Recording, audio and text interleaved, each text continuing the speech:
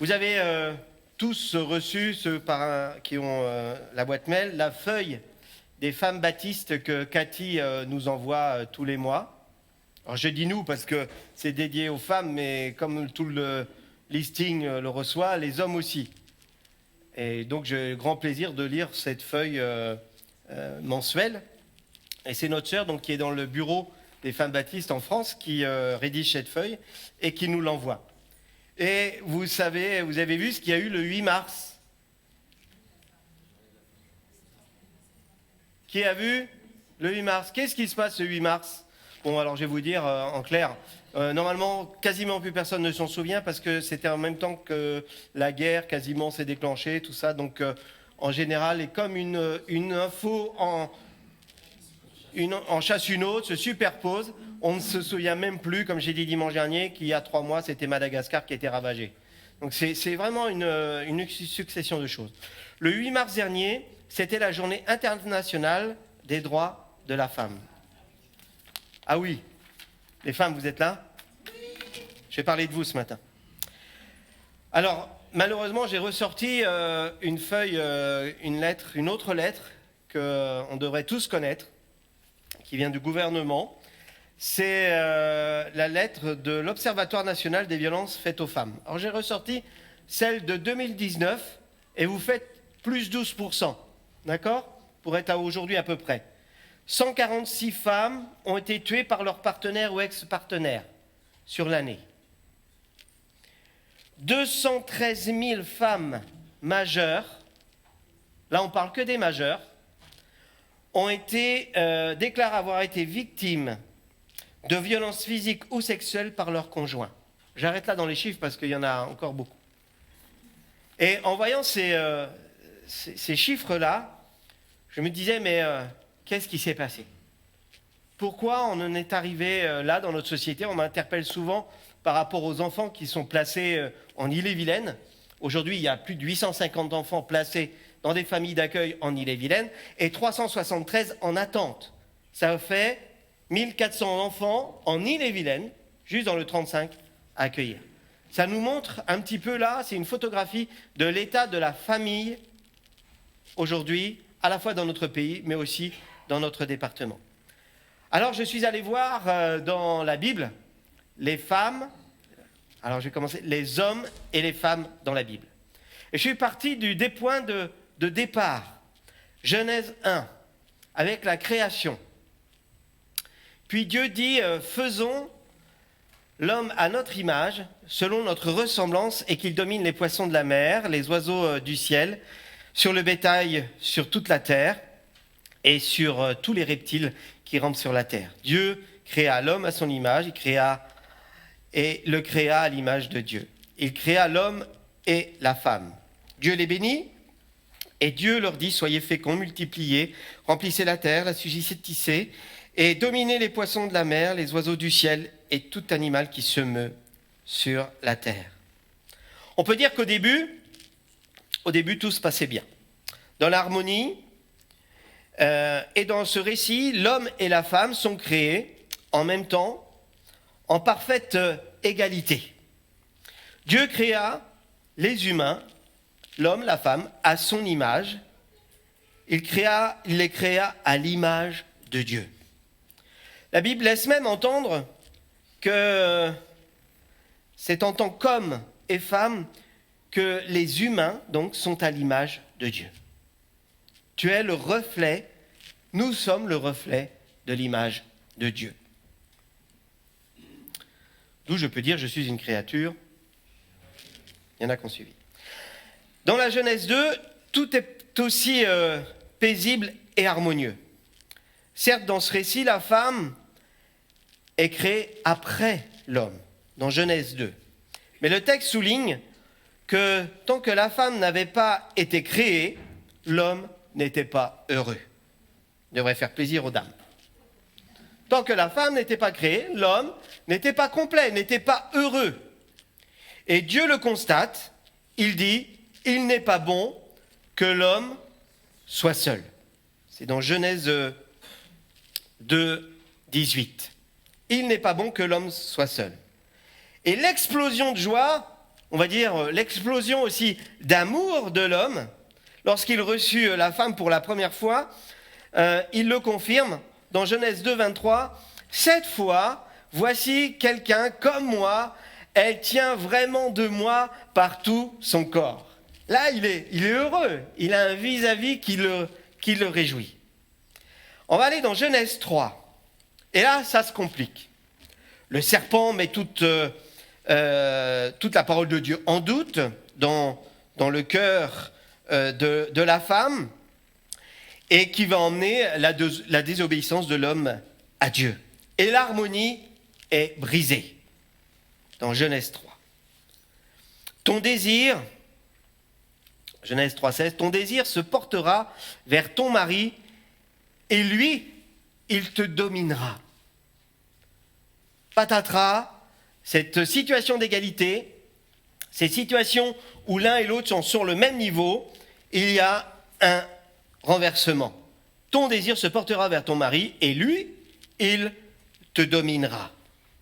D'un point de vue biblique, la domination de l'homme sur la femme est bien en conséquence, une des conséquences du péché. Par l'expression, c'est une des conséquences du péché et pas l'expression du projet originel. Le projet originel, c'était une égalité. Le péché amène un déséquilibre dû à cette désobéissance. On ne peut donc pas y rester insensible. Mais le mal, en fait,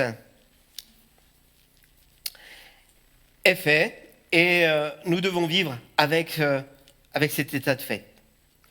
Même si dans l'Ancien Testament, quelquefois Dieu parvient à faire émerger une femme, une prophétesse, comme Myriam, la sœur de Moïse, ou même une Déborah pour délivrer son peuple, la domination masculine reste écrasante. Dans les évangiles, les choses semblent changer un peu. Certes, c'est 12 hommes, 12 apôtres qui vont suivre le Seigneur, mais un bon nombre de femmes font partie des proches de Jésus. Et on peut dire qu'elles jouent un rôle important. Plusieurs sont donnés en exemple de foi. Les premières témoins aussi du tombeau qui est vide, mais aussi les premiers témoins de la résurrection de Jésus. Elles sont là importantes. L'élan se poursuit dans le reste du Nouveau Testament, et notamment dans les Actes des Apôtres. Nous voyons Priscille, qui a instruit à Apollos, Lydie, qui a été première chrétienne en Europe, et dans les dans les salutations de ces épîtres, l'apôtre Paul nomme plusieurs femmes. Et elle les appelle, écoutez bien, ses collaboratrices. Hein, moi, ça m'a touché parce que je vois plutôt Paul avec beaucoup de testostérone. Hein, vous voyez, l'homme un peu viril, pas vous ? Parce qu'il affirmait des choses, il était persuadé et persuasif. Dominant, on pourrait dire même. Quand il disait quelque chose à une église, il ne l'envoyait pas dire. Mais là, il les appelle ses collaboratrices. Phébé est désignée comme ministre de l'église de Sancré, et même Junia, même comme apôtre. Pourtant, tout n'est pas si simple. L'apôtre doit plusieurs fois répondre à des questions ou à des problèmes quant à la place de la femme dans l'Église. Alors il faut faire attention et avancer avec les traditions et la culture de l'époque. Il faut fixer quand même certaines règles, et c'est ce que fait Paul. Veiller à ce que ce ne soit pas un contre-témoignage envers l'extérieur. Et c'est à mon avis les raisons dans lesquelles les restrictions qu'on voit figurer dans certaines épîtres ont été imposées. Alors, mais Paul ne parle pas des femmes dans l'Église seulement en termes de restrictions et de limites. Ainsi, quand il évoque le changement radical de l'Évangile radicale que l'Évangile apporte aux chrétiens, jusque dans leurs relations, il affirme avec force, et ça on peut le lire ensemble dans Galates 3, 28, il affirme avec force, avec puissance, qu'il n'y a plus ni juif, ni grec, ni esclave, ni homme libre, ni homme, ni femme. Car tous, vous n'êtes qu'un en Jésus-Christ. Amen. Ni juif, ni grec, ni esclave, ni libre, ni homme, ni femme. Mais tous, vous n'êtes qu'un en Jésus-Christ. Il évoque 3 fractures qui existaient dans l'Église et qui étaient appelées à disparaître sous l'influence de l'Évangile, entre les Juifs et les non-Juifs. Dualité qui doit disparaître. Entre les esclaves et les hommes libres. Dualité qui disparaît. Entre les hommes et les femmes. Dualité qui, due au péché originel, s'est instaurée, qui doit disparaître. Et il faut reconnaître avec tristesse que la 3e perdure encore aujourd'hui. Peut-être parce qu'elle est aussi la plus ancienne. On l'a vu, elle remonte à la Genèse. Égalité. On voit ô combien l'égalité homme-femme aujourd'hui est encore un débat bien installé dans notre pays. Vous savez tous qu'on nous parle depuis des années qu'une femme gagne entre 20 et 30% de moins qu'un homme. Moi, depuis que je suis tout pas haut, j'entends parler de ça. Et chaque année ou à chaque fois, quand arrive une élection, une échéance, on nous resserre le même couvert en disant « on va lutter contre l'inégalité homme-femme ».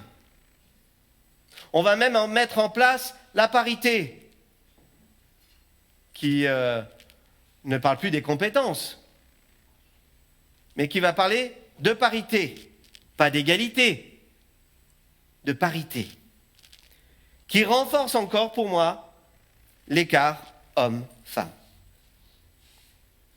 Mais pour nous qui sommes ensemble frères et sœurs, il y a une relation qui est puissante et qui est nouvelle en Jésus-Christ.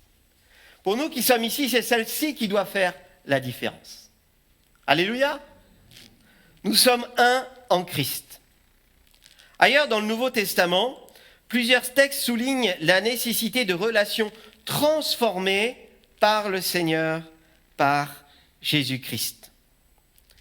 D'ailleurs, à la suite de l'exemple laissé par Jésus-Christ, l'idéal évangélique quant aux relations, pour tous, hommes ou femmes, c'est la soumission mutuelle. Ah, ce que je vous dis là, c'est pas tendance, hein. Mais c'est la soumission mutuelle. Ça n'a rien à voir avec un programme politique ou ce qu'on vit dans l'actualité avec un peuple qui veut prendre l'autorité sur un autre peuple. Dans la maison du Seigneur, c'est une soumission mutuelle. Dans un couple qui marche avec le Seigneur, c'est une soumission mutuelle.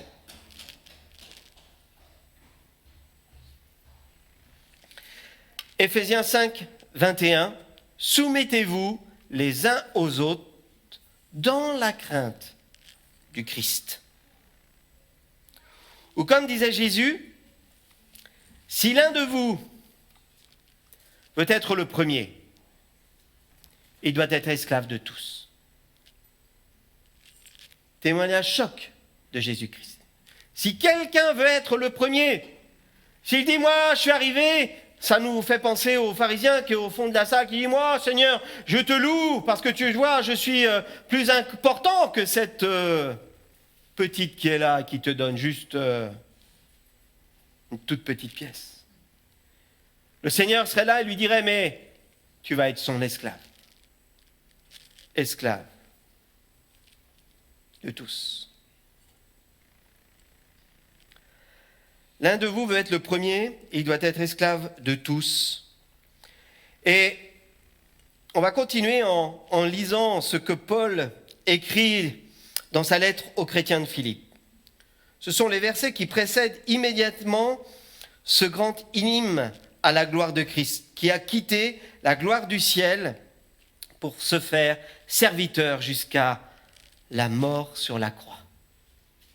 Il s'est fait serviteur de tous. Lui qui était dans la gloire de Dieu avant la création du monde. On le lit dans Jean. Avant la gloire, avant la création du monde, je siégeais avec toi dans les cieux. Il a quitté ce statut glorieux pour se faire serviteur de tous. Vous connaissez beaucoup de serviteurs qui vont jusqu'à se sacrifier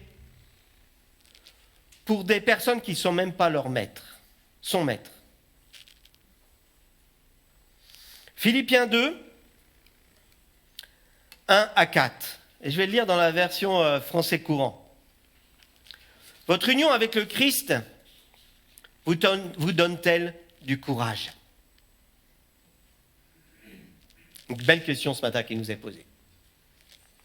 Et je vous invite à noter ces références-là parce que je pense qu'elles vont nous servir dans les temps à venir. Votre union avec le Christ vous donne-t-elle du courage? Son amour vous apporte-t-il du réconfort? Êtes-vous en communion avec le Saint-Esprit? Avez-vous de l'affection et de la bonté les uns pour les autres? Alors, rendez-moi parfaitement heureux en vous mettant d'accord, en ayant un même amour et en étant unis de cœur et d'intention. Ne faites rien par esprit de rivalité ou par désir inutile de briller, mais avec humilité, considérez les autres comme supérieurs à vous-même, que personne ne cherche son propre intérêt, mais que chacun de vous pense à celui des autres. Alors là, ce que je vous dis là, c'est vraiment pas tendance. De penser en premier à l'intérêt des autres. Aujourd'hui, je pense qu'on est plus là à dire « Oh là là, combien j'ai sur mon compte? Oh là là, ai-je assez de réserve? Oh là là, bon, d'accord, dimanche matin je viens, mais pas plus, hein, quand même, hein. Moi, je. On est dans le moi-je.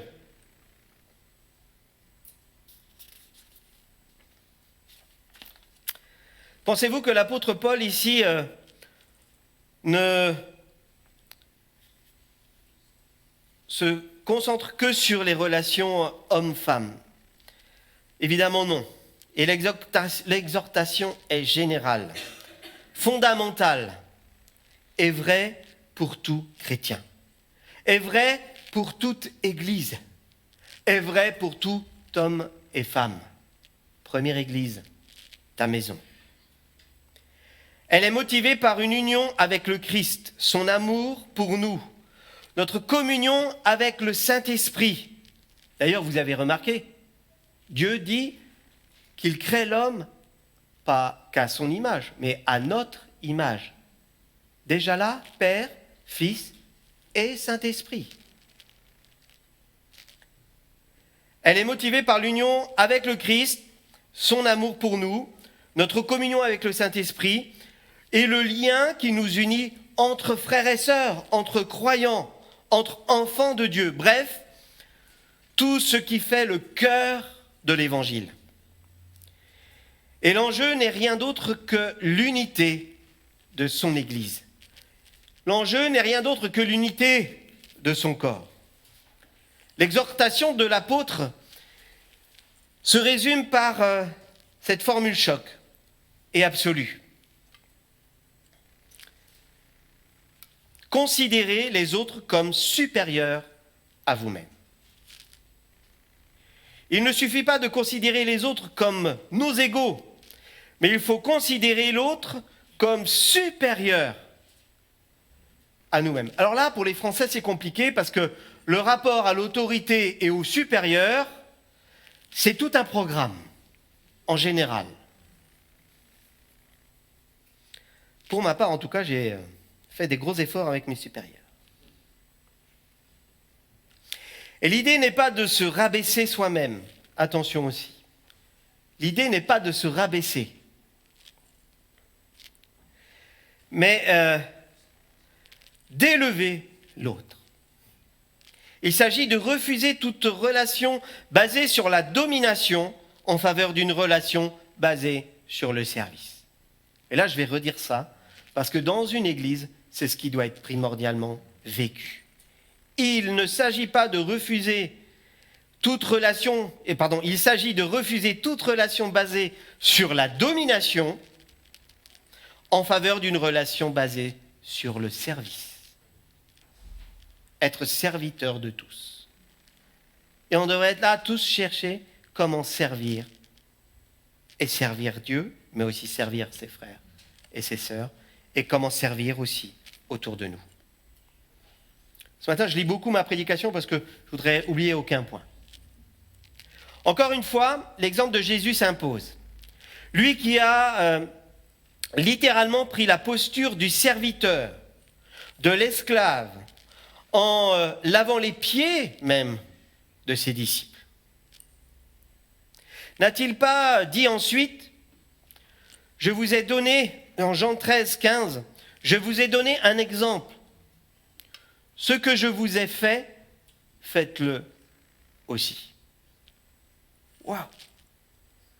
Ce que je vous ai fait, faites-le aussi.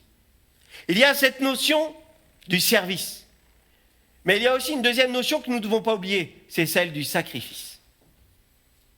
Ça, on a plus de mal avec ça. Enfin, même des fois avec le service. Mais le service amène au sacrifice. Et le sacrifice de Christ nous amène au service. En réalité, quand nous adoptons la posture du serviteur, toute tentation de domination tombe. Il ne peut plus être question de violence, puisqu'on recherche les intérêts de celui ou celle au service duquel ou de laquelle on se met. L'exhortation est pertinente pour toute relation où la tentation de domination existe. Elle est encore bien présente aujourd'hui entre les hommes et les femmes. Mais on la trouve aussi en lien avec la fonction, le ministère, avec l'expérience ou la connaissance, la culture, l'âge. Toute autorité dans l'Église est une autorité de service. Je répète, toute autorité dans une église, et ici EB à Saint-Malo, c'est une autorité de service. Et si ce n'est pas le cas, sonnez l'alerte. Ou alors ayez une petite étoile dans votre tête qui dit là, il y a de la domination, c'est pas ça.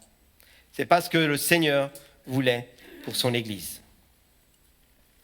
C'est pourquoi il est anti-biblique, contraire à l'évangile, qu'une autorité exerce de la domination, peu importe ici si on parle d'un homme ou d'une femme. Pour conclure, je voulais vous lire un article qui se trouve dans le magazine Réforme. Peut-être quelques-uns ici le connaissent. C'est une psychologue qui témoigne. Elle témoigne d'un cas d'une femme qui lui avait confié qu'elle subissait des violences conjugales. Donc là, on parle d'une femme chrétienne, d'un couple chrétien. Et cette femme donc confie à cette psychologue qu'elle subit des violences conjugales et qu'elle craignait pour sa vie. Elle lui avait conseillé, donc la psychologue, de trouver de toute urgence un lieu pour être en sécurité. Mais la psychologue apprend 4 mois plus tard que cette femme a été tuée par son mari. Vous vous souvenez des chiffres ? En 2019, 146 femmes, aujourd'hui plus 12%, sont mortes en France. Et dans les 4 années dernières, je connais au moins 2 cas où ça a été dans nos églises évangéliques. Et là, je ne parle que chez les baptistes, un à Cherbourg, un à Massy, une à Massy. 4 mois plus tard, donc, cette psychologue apprend que cette femme a été tuée par son mari. Et plusieurs années plus tard, elle apprend que cette femme, qui est décédée, était pourtant bien partie se mettre à l'abri chez sa mère. Mais écoutez bien, que s'est-il donc passé ? Eh bien, il s'est passé que son église, où elle avait fait, où elle était, lui avait fait pression pour qu'elle rentre chez elle, parce qu'elle devait pardonner. Certes, il faut pardonner. Mais enfin. Sous pression donc de son église, cette femme est rentrée chez elle. Et j'ai envie de vous dire, si aujourd'hui, c'est pas que j'ai envie, c'est que je dois, nous devons, en tant qu'Église, en tant que serviteurs, en tant qu'hommes et femmes bienveillantes, si nous devons dire que, je me remets dans mes notes parce que je ne veux rien louper, si aujourd'hui vous êtes dans une situation, dans une telle situation, pensez à vous. Pensez à vos enfants. Et je le dis d'autant plus que ça va être filmé et retransmis. Pensez à vous, pensez à vos enfants si vous en avez. Mettez-vous à l'abri et brisez le silence. En tant qu'Église, soyons prêts à entendre. Soyons prêts à l'entendre et à ne pas se voiler la face. Ça n'a que trop duré. Moi-même, des fois, je suis passé à côté parce que on venait me dire « c'est juste une petite clacounette ». Il n'y a pas de petite clacounette. Il y a violence ou il n'y a pas violence. Il l'a juste grondé. Non. Il y a bientraitance ou maltraitance. Elle l'avait bien cherché. Non. C'est pas possible. On ne peut pas se voiler la face. On va prier, oui. On va voir le pardon, oui. On a eu un témoignage fort pour ceux qui étaient à la masterclass politique du maire chrétien qui accueille une femme parce qu'il y a une situation compliquée et quelques années après, il se retrouve. Et cette femme, elle est même témoin de celle avec qui son mari l'avait trompée et tout ça. Elle est témoin parce qu'elle a pardonné. Il y a des choses formidables qui se passent. Et le pardon est une puissance. Mais en attendant, il faut protéger et il faut dénoncer. Autour de vous, en dehors de l'Église, vous avez peut-être des femmes et des hommes, puisqu'il y a aussi des hommes qui sont violentés. Des hommes, des femmes qui sont dans cette situation et qui vous tendent et qui nous tendent des perches, qui vous lancent des appels au secours, parfois dissimulés, en vous racontant sur le ton de l'humour qu'il y a eu une dispute à la maison, mais bon voilà, on va se réconcilier sur l'oreiller. Alors on repart avec ça en disant « Oh ben c'est bon, tout va bien ». N'y soyons pas sourds. Ne soyons pas sourds à ces appels au secours. Et puis, examinons toujours nos paroles, nos attitudes, nos relations. Ici, entre nous, dans l'Église et en dehors. au travail, en famille, avec nos amis. Demandons à Dieu de nous purifier de toute forme de violence. La violence, ce ne sont pas que des coups. C'est aussi des paroles. Mais je crois aussi, des fois, ça peut être un manque de paroles. On dit le plus grand des mépris, c'est quoi? C'est l'ignorance. C'est une forme de violence.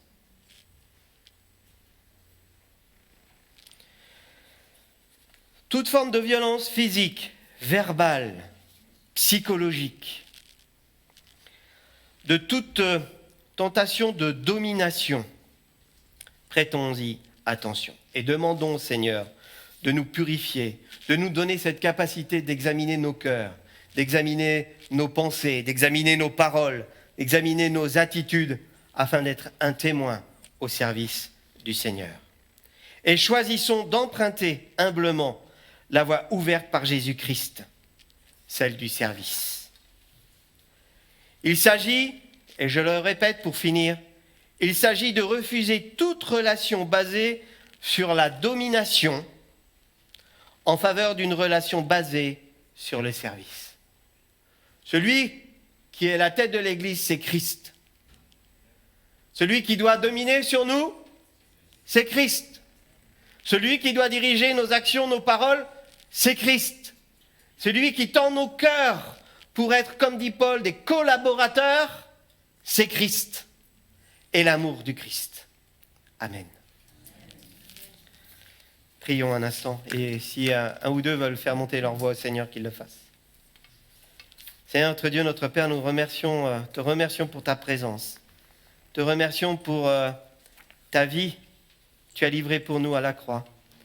Toi qui as quitté ton ciel de gloire pour te faire humble serviteur. Nous voulons te remercier, nous voulons t'adorer. Sois glorifié, Seigneur.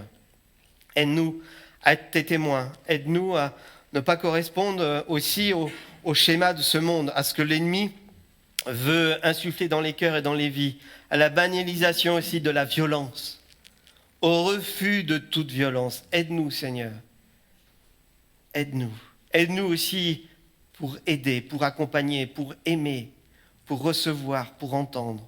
Au nom de Jésus. Amen.